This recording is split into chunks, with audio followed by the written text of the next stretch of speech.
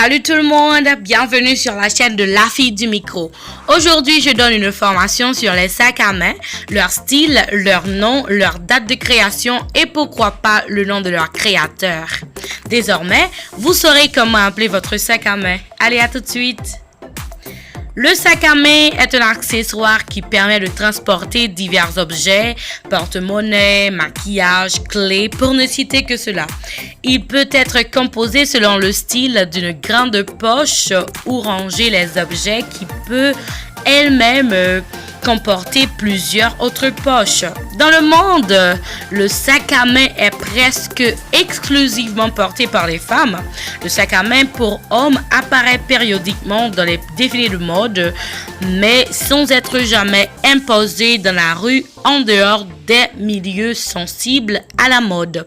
Cependant, les hommes adaptent de plus en plus d'équivalents tels que la sacoche en bandoulière et la sacoche pour ordinateur portable. Les sacs à main sont variés selon l'occasion et la saison. Et oui, selon la saison, il y a un style de sac à main à porter. Aujourd'hui, je vous parle de quelques-uns. Voyons en premier lieu le sac à main, on appelle le sac seau.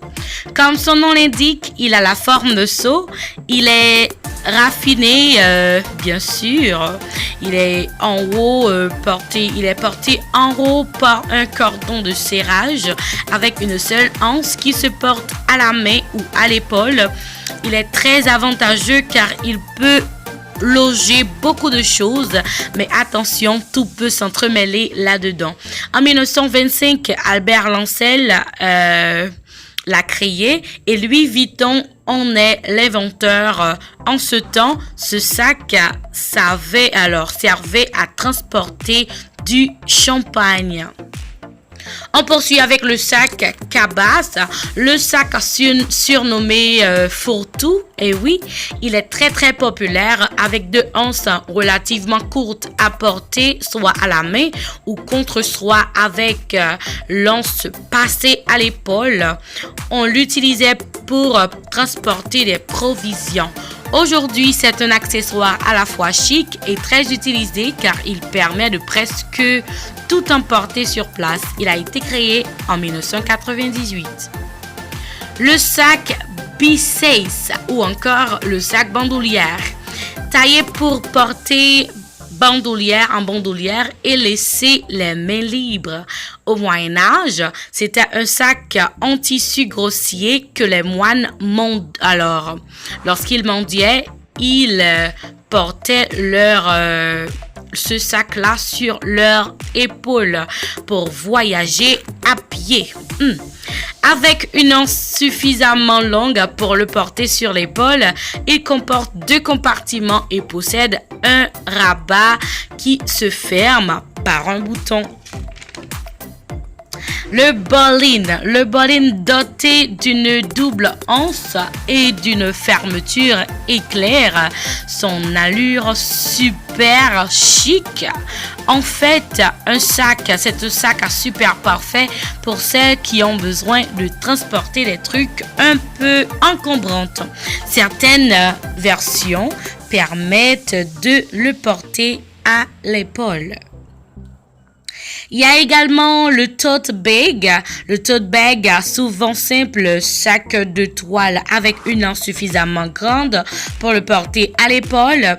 Et il est très souvent utilisé en complément d'un petit sac à main pour transporter affaires de travail ou de course. Voici le sac trapèze, c'est une variante du sac Cabas. Je pourrais dire que il y a une petite différence ce sont les deux vantaux latéraux qui permettent de gagner encore en logement à l'intérieur du sac. Il y a également le sac cartable. Le sac cartable en forme rectangulaire qui rappelle un cartable avec un ou deux fermoirs, une longue anse. Ce sac peut aussi bénéficier d'une plus petite anse pour le porter à la main. Il y a également le sac matelassé. C'est le premier sac inventé par Gabrielle Chanel en 1929. En s'inspirant de la sacoche militaire pour créer ce sac, d'un lance à l'épaule permettait de libérer les mains. Il prendra cette forme rectangulaire le 2 juillet 1995. Il y a également le sac banane depuis les années 80 et voilà, il est de nouveau tendance. Il est doté d'une ceinture pour le porter à la taille ou en bandoulière près du corps. Et voici pour finir, il y a le sac pochette. C'est un accessoire indispensable pour une soirée réussie. Il nous sauve la vie puisqu'on peut glisser l'essentiel, son smartphone, un petit miroir, son rouge à lèvres et également ses clés. Il se porte plus souvent à la main. Certains modèles ont une chaîne pour le garder à l'épaule.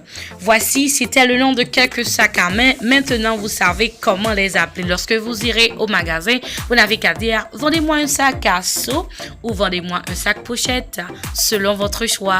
Merci beaucoup d'avoir pris le soin de suivre cette formation sur les sacs à main. J'espère que vous allez partager au max avec les amis et n'oubliez pas de vous abonner à la chaîne. Ciao. Quant à moi, on se retrouve très prochainement pour une autre vidéo. J'espère que ça vous a plu. Bisous. Ciao.